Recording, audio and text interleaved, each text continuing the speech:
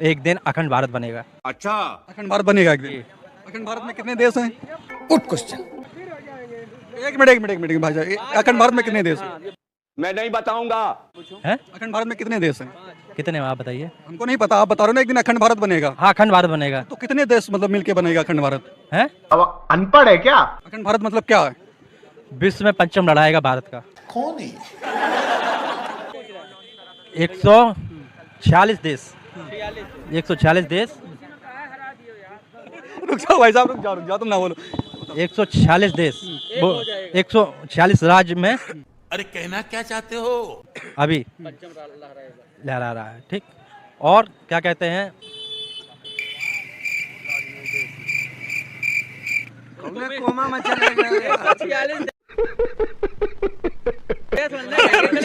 अरे रुक जाओ, बोलने दो भाई, बोलने दो। एक मिनट।